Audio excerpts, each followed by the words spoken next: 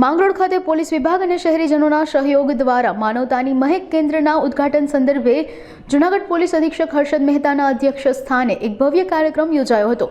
આ દરમિયાન લોક ઉપયોગી માનવતાની મહેકમાં શહેરીજનો દ્વારા પોતાની બિનજરૂરી ચીજવસ્તુઓ રાખી શકાશે।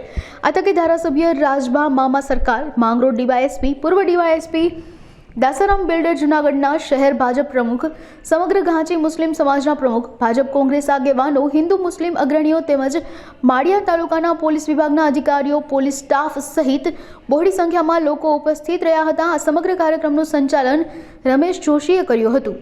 ગયા નવરાત્રિમાં જૂનાગઢ શહેર ખાતે માનવતાની મહેક જરૂરિયાતમંદો પોતાની ચીજ વસ્તુઓ સન્માનપૂર્વક લઈ શકે અને જેમની પાસે સક્ષમ છે એવા લોકો ત્યાં વસ્તુ મૂકી શકે, આવા એક સંકલ્પના આજે માંગરોળમાં સાકાર થઈ।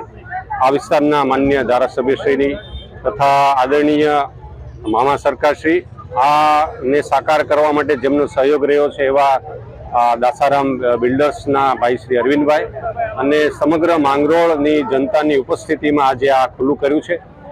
જે લોકોને પોતાના સંતાનો, પોતાના પિતાશ્રી, નાના મોટા સારા નરસા પ્રસંગોએ અહીંયા ચીજ વસ્તુઓ જેવી કપડાં, બૂટ ચપ્પલ, ચોપડા, રમકડાઓ અથવા ખાવા પીવાની વસ્તુઓ આપી જાય તો એવા જરૂરિયાતમંદ લોકો પોતાની જાતે જ ત્યાંથી લઈ શકે આ માટેની એક વ્યવસ્થા છે।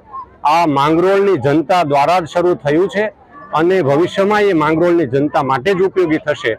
પોલીસ વિભાગ આમાં એક નિમિત્ત અને કડીરૂપ થયું છે, એ માટે હું માંગરોળની જનતાને ફરીવાર ખૂબ ખૂબ શુભકામનાઓ આપું છું। અહીંયા અમારા કોઈને કોઈ એક વ્યક્તિ પ્રતિનિધિ રહેશે અથવા કોઈ નિવૃત્ત વ્યક્તિ હશે એવા રહેશે જે માત્ર વ્યવસ્થા અહીંયા કરશે, જેથી કરીને કોઈ આનો દુરુપયોગ ન કરી જાય અને ખરેખર જે જરૂરિયાતમંદો છે એવા જ લોકો અહીંથી લઈ જાય, એની વ્યવસ્થા માટેની વ્યવસ્થા છે એ પોલીસ એની દેખરેખ રાખશે।